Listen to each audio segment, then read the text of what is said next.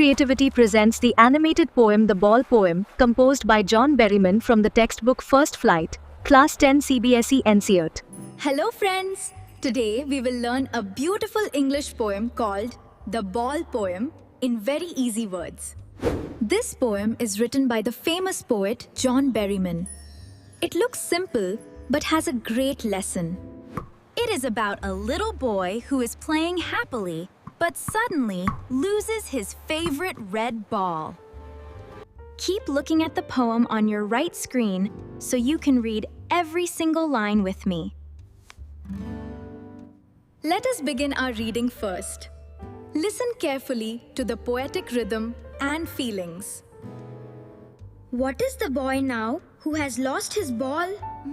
What is he to do? I saw it go, merrily bouncing down the street, and then, merrily over, there it is in the water. No use to say, oh, there are other balls. An ultimate shaking grief fixes the boy. As he stands rigid, trembling, staring down all his young days into the harbor where his ball went. I would not intrude on him. A dime, another ball, is worthless. Now he senses first responsibility. In a world of possessions, people will take balls. Balls will be lost always, little boy. And no one buys a ball back. Money is external. He is learning, well behind his desperate eyes. The epistemology of loss. How to stand up, knowing what every man must one day know. And most know many days how to stand up. Written by the great poet John Berryman. That was our full poem reading. Now let us understand every sentence line by line in super easy words. We will break the whole poem into 4 easy parts, so you get full marks in your school exams. Let us start with stanza number 1, where the boy is playing and the accident happens. The poet asks, what will the boy do now? He is totally confused after losing his ball. The boy is in big shock. He does not know how to react because he loved his toy so much. The poet saw the ball bouncing merrily down the road and jumping straight into the river water. The word merrily means happily.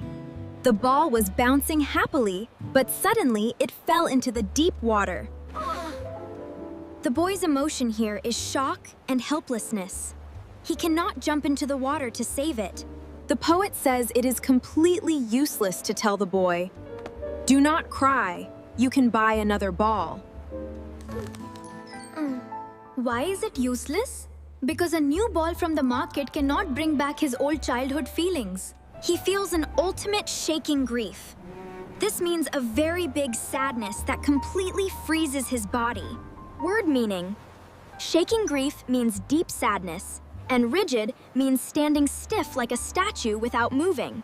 The word trembling means shaking. The boy is crying and shaking because his heart is broken. The phrase all his young days means all his sweet childhood memories went into the water with that ball. A harbor is a place near the sea where boats stay.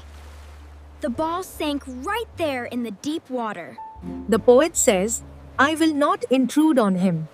This means the poet will not disturb the boy in his sadness. Dime is a small 10-cent coin. A new ball costs very little money, but it is completely worthless now. I understand now. I have to protect them. Yes, that's what growing up is all about, taking care of what you love. World of possessions means a world where people buy and own many material things, like toys and cars. The poet says, balls will be lost always. In life, we will lose things and friends we love. Loss is a normal part of life. Everyone in this world loses something precious one day or another. The poet writes, money is external. This is a super important line for your English board exams. Money is external, which means money can only buy physical objects. But it cannot buy back old memories. Behind his desperate eyes, the boy is learning a big life truth. Desperate means hopeless and sad.